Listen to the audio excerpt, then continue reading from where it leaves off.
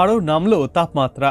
কলকাতায় 14 ডিগ্রি সেলসিয়াসের ঘরে পারদ। শৈত্যপ্রবাহের পরিস্থিতি পুরুলিয়া সহ সংলগ্ন পশ্চিমবঙ্গের জেলাগুলিতে। উত্তরবঙ্গের দিনাজপুরেও শৈত্যপ্রবাহের পরিস্থিতি। সরস্বতী পুজোর আগেই আবহাওয়ার পরিবর্তন ঘটবে বাংলায়। আগামী সোমবার থেকেই ঊর্ধ্বমুখী হবে তাপমাত্রা। মঙ্গলবার পুরুলিয়া, বাঁকুড়া, পশ্চিম বর্ধমানে হালকা বৃষ্টির পূর্বাভাসও রয়েছে। বুধ এবং বৃহস্পতিবার বৃষ্টি আরও বাড়তে পারে বলে অনুমান করছেন আবহাওয়াবিদরা।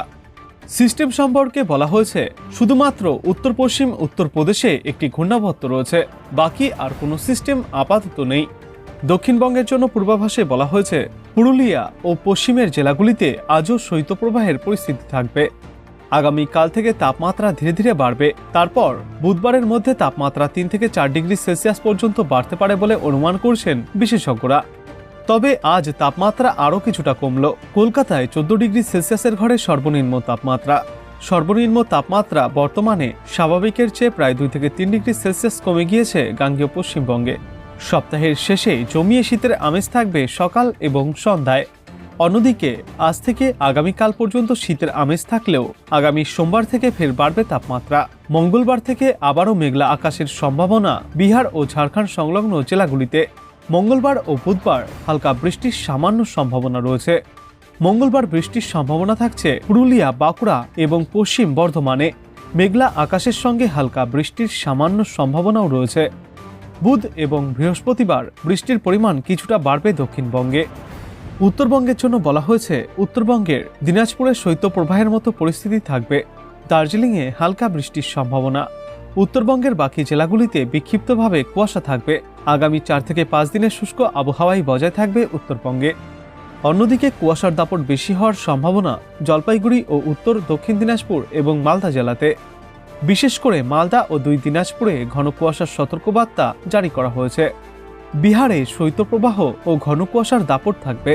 আর এদিকে কলকাতায় সোমবার থেকে বাড়বে তাপমাত্রা।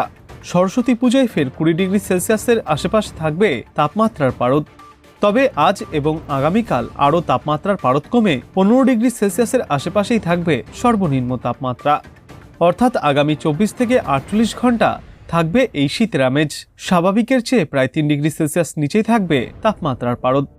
সকালের দিকে হালকা কুয়াশা দেখা গেলেও পরে পরিষ্কার আকাশের দেখা মিলবে। বৃষ্টির সম্ভাবনা আপাতত নেই শহর কলকাতায়। কলকাতায় আজ সর্বনিম্ন তাপমাত্রা থাকবে 14.6 ডিগ্রি সেলসিয়াসে এবং আজ সর্বোচ্চ তাপমাত্রা থাকবে 25 ডিগ্রি সেলসিয়াসে। বাতাসে জলীয় বাষ্পের পরিমাণ থাকবে 37 থেকে 90%।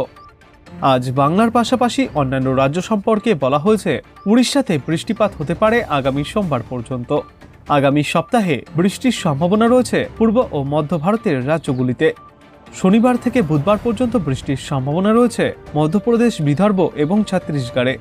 তারপর বুধবার পর্যন্ত বৃষ্টি হবে উত্তরপ্রদেশ, বিহার এবং ঝাড়খণ্ডে। মঙ্গলবার আর বুধবার হালকা বৃষ্টির সামান্য সম্ভাবনা গাঙ্গেয় পশ্চিমবঙ্গের কয়েকটি জেলাতে।